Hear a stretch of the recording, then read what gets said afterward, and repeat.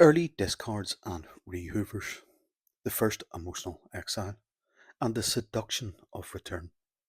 This is the phase where the narcissist pulls away, but not fully, where the survivor is rejected, but not completely, where abandonment is simulated, but then postponed.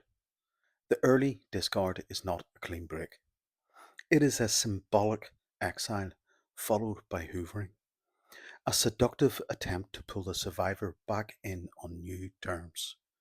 It is one of the most emotionally destabilizing stages in the entire cycle. The survivor begins to notice. Texts go unanswered for longer. Affection is withheld. Praise dries up. Sex becomes erratic or purely functional.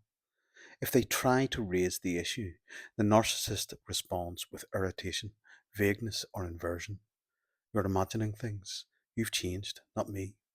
I'm tired of always being the bad guy. Maybe we just need some space. But they started the change. They created the distance, and now they are pushing and punishing the survivor for noticing. She just went cold one day. It was a shock. She no longer wanted me to squeeze her hand or show affection. We were just back at disaster of a holiday. She cheated because I turned down a foursome with another couple.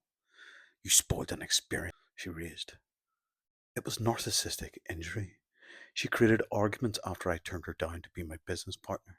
She slept with the barman, triangulated me with her ex over text, fell out with me for days during and after the trip.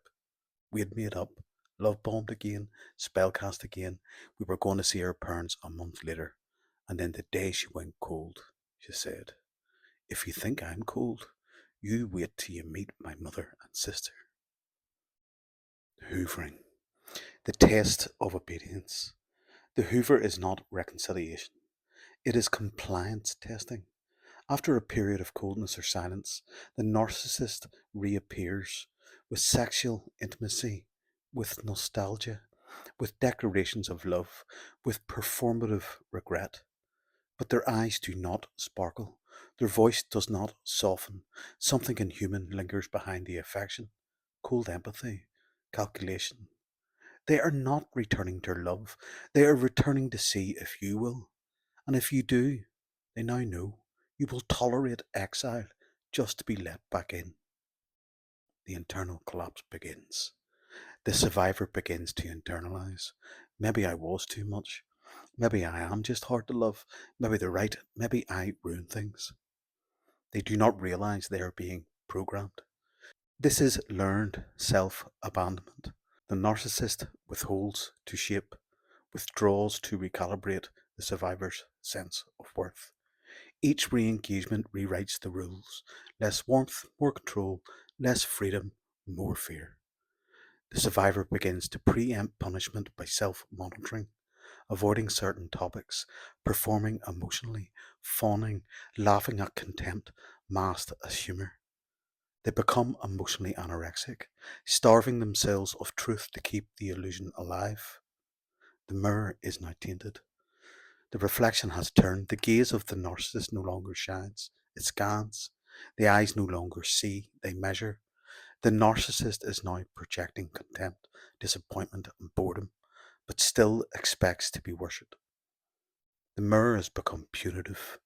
The survivor is no longer in love, they are in fear of love being withdrawn. So the trauma bond tightens. This phase deepens trauma bonding. Sudden withdrawals simulate abandonment trauma. Hoovers simulate redemption and reward. The push pull dynamic becomes addictive. The survivor begins to associate emotional collapse with intimacy, pain with closeness, confusion with love. This phase in your collapse arc is a clinical exemplar of early discard dynamics. She just went cold one day. It was a shock.